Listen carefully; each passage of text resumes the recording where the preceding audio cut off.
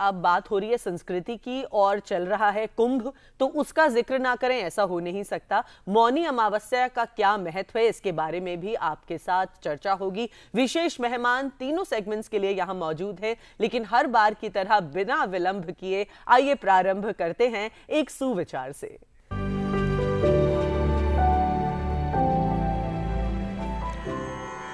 यज्ञदान तपः कर्म न त्याज्यं कार्यमेव तत् यज्ञोदानं तपश्चैव पावनानि मनीषिणाम्। यज्ञ, दान तथा तपस्या आदि कर्मों का कभी परित्याग नहीं करना चाहिए, अपितु उन्हें अवश्य संपन्न करना चाहिए। निस्संदेह ही यज्ञ, दान तथा तपस्या साधकों को भी शुद्ध बनाते हैं। Acts of sacrifice, charity and penance should not be given up. They must be performed, since sacrifice, charity and penance purify even the virtuous souls. आज वाकई बहुत अच्छा एक अलग सी महसूस मुझे हो रही है, कुछ खास दिन लग रहा है, क्योंकि देखिए जहाँ भारतीय संस्कृति की बात है, हमारी कलात्मक चीज़ों की बात है, साहित्य की हम लोग बात कर रहे हैं, वहाँ पर एक विशेष तौर पर मुझे ये भी लगता है कि हमारा भारत या हमारा समाज सिर्फ कलात्मक चीज़ों से ही नहीं, जब तक टेक्नोलॉजी में हम लोग सशक्त नहीं होंगे, कुछ डिजिटल इनिशिएटिव्स भारत में नहीं लिए जाएंगे तो भी सशक्त नहीं बन सकता है। अंशु, भारत तो इसमें अग्रणी है। अगर आप विश्व पटल की बात करें तो जितने भी इनोवेशंस या न्यू टेक्नोलॉजिकल एडवांसमेंट्स हैं, उसमें एक ना एक भारतीय का योगदान तो निश्चित होगा ही। और पूरी जो विश्व मैं कहूंगी आज भारत की ओर देखता है, ये समझ के कि क्या नया डिजिटल रेवोल्यूशन यहाँ पर आया है। जब आप देखते हैं कि एक छोटा सा खोमचे वाला भी जी पे से या किसी भी ऑनलाइन बैंकिंग के जरिए पैसा ले सकता है, तो आपको लगता है कि हाँ, मेरा भारत बदल रहा है, मेरा भारत बदल रहा है, मेरा भारत महान है। और ऐसा ही भारत में एक डिजिटल इनिशिएटिव, एक डिजिटल टेक्नोलॉजी, एक डिजिटल इनोवेशन ग्रामीण क्षेत्र में किया जा रहा है। आज हम खास चर्चा करने वाले हैं कॉमन सर्विस सेंटर्स के बारे में, विस्तार पूर्वक जानेंगे क्या होता है, कैसे इसमें अवेल किया जा सकता है, क्या क्या सर्विसेज इसमें प्रोवाइड की जाती है। आइए मिलकर हमारे खास मेहमान का स्वागत करते हैं, श्री संजय कुमार राकेश जी का। सर स्वागत है, आप एमडी सीईओ हैं कॉमन सर्विस सेंटर से। Sir welcome to the show. नमस्कार, थैंक यू। तो संजय जी, सबसे पहले चर्चा की शुरुआत करेंगे और जानेंगे कि कॉमन सर्विस सेंटर, नाम से पता लग रहा है कि कुछ तो कॉमन है, सर्विस से भी पता लग रहा है कि कुछ सर्विस है और कोई सेंटर है, लेकिन बहुत अच्छे से इस बारे में आप ही बता सकते हैं। तो ब्रीफ में एक बार आप थोड़ा सा बताइए व्यूअर्स को क्या होता है। कॉमन सर्विसेज सेंटर की स्थापना की गई है इस सोच के साथ कि डिजिटल रिवॉल्यूशन का बेनिफिट उन लोगों को भी मिले जो खुद इसका बेनिफिट लेने में सक्षम नहीं है। इसके तहत देश में करीब 5.25 लाख से ज़्यादा ऐसे सेंटर्स बनाए गए हैं जहां digital equipments, digital facility available है। किसी भी सिटीजन को अगर सरकार की या गैर सरकारी सर्विसेज लेने की ज़रूरत है तो वो वहाँ जाता है और वहाँ जो आदमी बैठा है वो उसका हेल्प करके उस सर्विस को उसको अवेल करने में मदद पहुँचाता है। सर, किस टाइप के सर्विसेज यहाँ पे आम इंसान अवेल कर सकते हैं? G2C सर्विसेज, जैसे गवर्नमेंट टू सिटीजन सर्विसेज होती है, जैसे किसी को अपना बर्थ सर्टिफिकेट निकालना हो, आधार अपडेट करना हो, आधार बनवाना हो, या किसी सरकार की स्कीम में अपने आप को रजिस्टर करना हो, उसकी KYC करनी हो, बैंक के पैसे निकालने हो, या बैंक में खाता खुलवाना हो, लोन लेना हो, या ऑनलाइन परीक्षा देनी हो, इस तरह की सारी सर्विसेज सिटीजन्स वहाँ जाकर करके उसको यूज कर सकते। सर, आपने बहुत अच्छी इस जितनी भी पहल है उनके बारे में हमें बताया, लेकिन ये एक ग्रामीण परिवेश की अगर बात करें तो ग्रामीण विकास की या फिर वहाँ पर जो रोजगार मिलने का जो एक प्रावधान है, उसमें ये कैसे लोगों को हेल्प कर रहा है?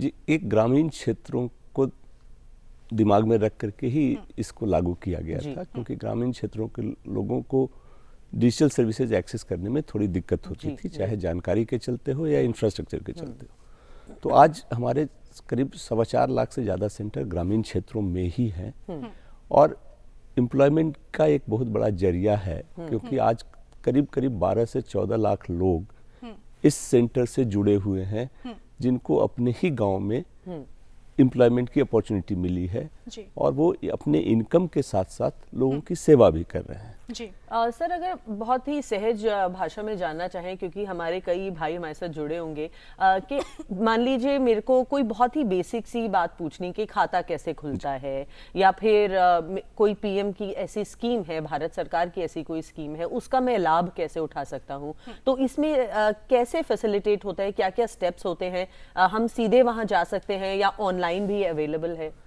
जी, सब कुछ जो डिजिटली ट्रांसफॉर्म्ड हैं वो ऑनलाइन तो अवेलेबल हैं।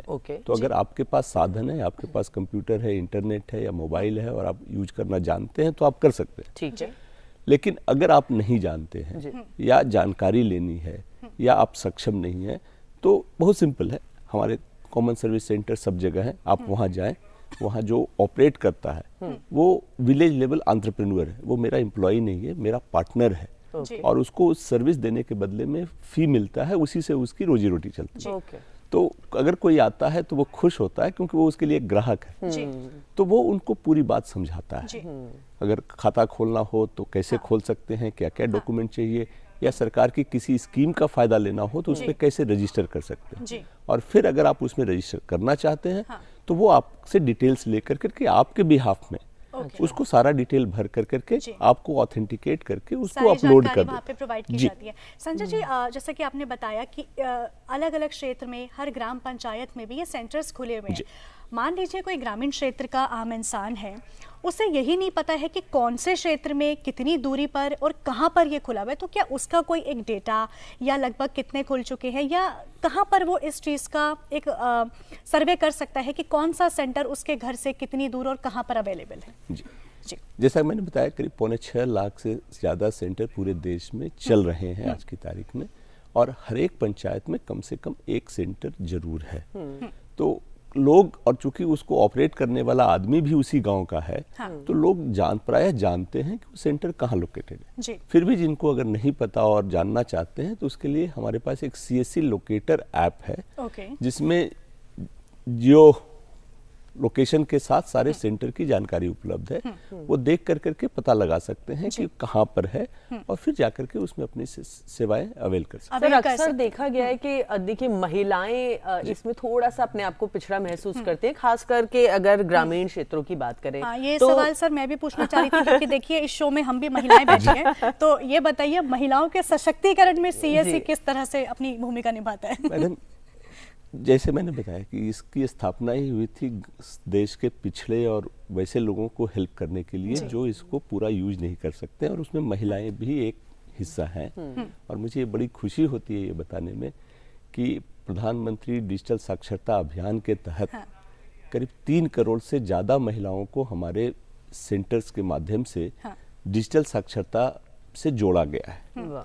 इसके अलावा हमारी 77,000 से ज़्यादा महिला VLE हैं जो आज काम कर रही हैं, और ये सिर्फ नॉर्मल सर्विसेज नहीं देती हैं, महिलाओं को विशेष रूप से सर्विसेज देती हैं, और कई सर्विसेज ऐसी हैं जिसमें महिलाओं को वो फैसिलिटेट भी करती हैं, चाहे जैसे मैंने बताया कि साक्षरता अभियान हो, या एक मेंस्ट्रुअल हाइजीन का प्रोग्राम चला था स्त्री स्वाभिमान, उसमें लोगों ने, महिलाओं ने बढ़ चढ़ के भाग लिया, और एक डिजी सखी का प्रोग्राम है जिसमें महिलाओं को बताती हैं कि फाइनेंशियल इंक्लूजन से क्या क्या बेनिफिट हो सकता है।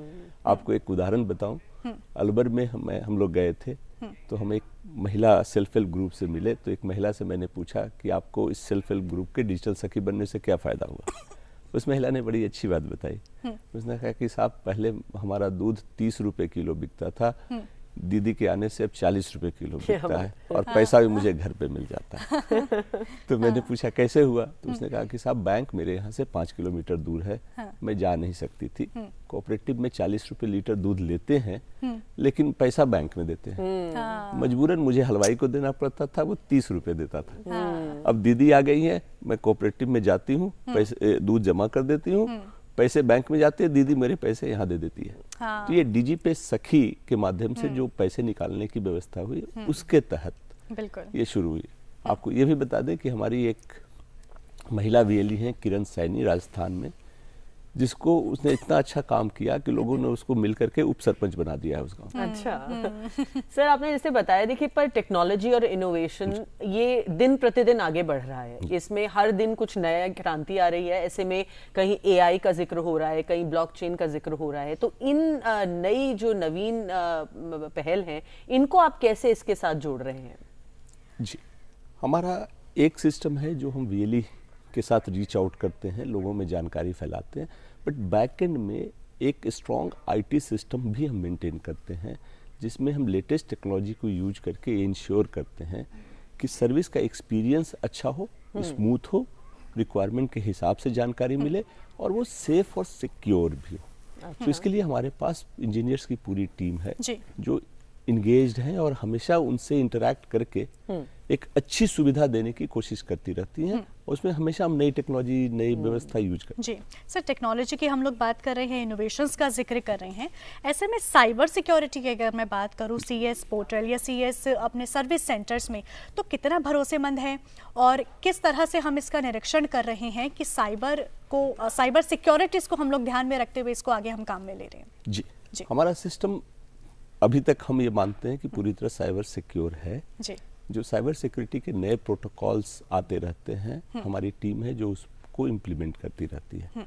हमने सिस्टम भी इस तरह से डिजाइन किया है कि हम मिनिमम डेटा अपने यहाँ रखते हैं और जो डेटा हम कैप्चर करते हैं उसका ट्रांसमिशन और स्टोरेज में जो प्रोटोकॉल्स हैं हम उसका पूरी तरह पालन करते हैं। तो इस तरह हम इंश्योर करते हैं कि वीएलई के एंड पे किसी तरह का सिस्टम हो, जैसे ही वो हमारे सिस्टम में लॉगिन होता है तो हम उसको वेरीफाई करते हैं और फिर ये इंश्योर करते हैं कि पूरी जर्नी सेफ सिक्योर हो, तो उसमें कहीं कोई दिक्कत ना हो। हाँ, क्या बात है सर। सीएससीज की अगर हम यात्रा की बात करें, उपलब्धि एक तो आपने बताई कि जो दीदी के बारे में आपने बताया कि उनको प्रॉफिट हुआ, 30 का दूध बिकता था वो 40 का बिकने लगा, तो ये तो उपलब्धि हो गई। मैं और ज़्यादा इच्छुक हूँ सर ये जानने में, सक्सेस यात्रा की बात करें, कुछ और उपलब्धियाँ जो आपके जहन में एक स्मृति चिन्ह के तौर पर रहता हो कि हाँ ये सबसे बड़ी उपलब्धि है आपकी? सीएससी की जर्नी 2006 से शुरू हुई थी और 2015 के बाद इसमें काफ़ी गति आई। तो इस दौरान हमने कई उपलब्धियां की। एक मैंने बताया कि हमने करीब 6.5 करोड़ से ज़्यादा लोगों को डिजिटल साक्षरता का ज्ञान ट्रेनिंग दी है। तो इस तरह से देश में एक बड़ी डिजिटल साक्षरता लाने में हमारा भी एक योगदान है। फिर सरकार की जितनी स्कीम्स आती हैं उसको जन जन तक पहुंचाने में सीएससी की बड़ी भूमिका है। 2 साल पहले ई श्रम स्कीम आई थी जिसमें करीब 30 करोड़ लोगों का रजिस्ट्रेशन हुआ है, जिसमें 18 करोड़ लोगों का सीएससी के माध्यम से हुआ। क्या बात? अभी पीएम विश्वकर्मा सरकार ने लॉन्च किया था पिछले बार, उसमें करीब 1.5 करोड़ से ज्यादा लोगों का रजिस्ट्रेशन सीएससी ने किया। पीएम सूर्यघर आया, उसमें 1 करोड़ लोगों को बेनिफिट देना था, उसमें 55 लाख लोगों का रजिस्ट्रेशन सीएससी ने किया। ये सीएससी की as a whole success story है। इंडिविजुअल लेवल पे भी हमारे वीएलई इनकम भी करते हैं और समाज की सेवा भी करते हैं। आपको बताएं, एक हमारे रत्न सागर अग्रवाल हैं छत्तीसगढ़ के, वो विकलांग हैं।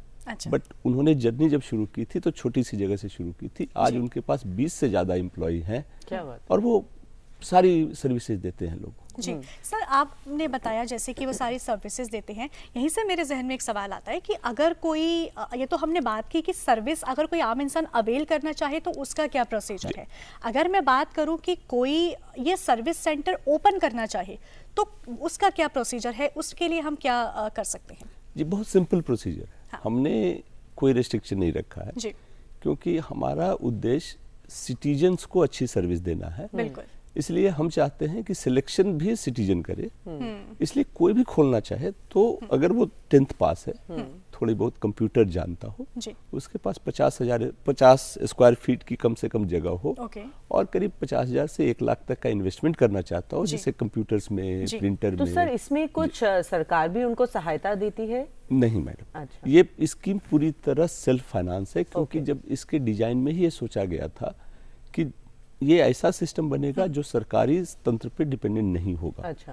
हम सिर्फ इंफ्रास्ट्रक्चर की फैसिलिटी देंगे, वो अच्छे बिहेव करेगा तो पब्लिक उसके पास आएगी, उससे वो सर्विस का फी लेगा और उसी से उसकी रोजी रोटी। सर आपने जैसे मेंशन किया कि सर्विस की फी है, तो इसका क्या मापदंड रहता है कि किस सर्विस की कितनी फी है, मिनिमम होती है या मतलब अब जो इंसान जिसके पास डिजिटल मोबाइल भी नहीं है वो जा रहा है तो वो कितनी फी दे पाएगा? जी, इसमें दो हिस्से हैं। जो सरकार की सर्विसेज हैं, इनफैक्ट अच्छी बात यह है कि सर्विस की फी सीएससी जो मर्चेंट पार्टनर्स हैं जिनकी सर्विस है उसके साथ बैठ करके निगोशिएट करके सेटल करती है। ठीक है। तो जो सरकारी सर्विसेज है उसमें आपने जैसा बताया सर्विस फी काफी मिनिमम है। जैसे पीएम किसान में कोई रजिस्टर कराना चाहता हो तो 15 रुपया देना पड़ता है, ई श्रम में करना चाहता हो 20 रुपया सरकार देती है। फिर आधार अपडेट कराना चाहता हो तो 50 रुपए लगते हैं। जी। तो इस तरह से कुल मिला के सर सर्विस हम अवेल भी कर सकते हैं, कोई अपना सेंटर ओपन करना चाहे तो भी कर सकते हैं। सर बहुत अच्छी, बहुत महत्वपूर्ण जानकारी मुझे लगता है हमारे व्यूअर्स के लिए रही, और आप कीमती समय निकालकर इतनी ठंड में सुबह सुबह डीडी मॉर्निंग शो से जुड़े सर, उसके लिए बहुत बहुत धन्यवाद। नहीं, हमारे लिए भी प्रिविलेज है। सभी को धन्यवाद। नमस्कार। नमस्कार।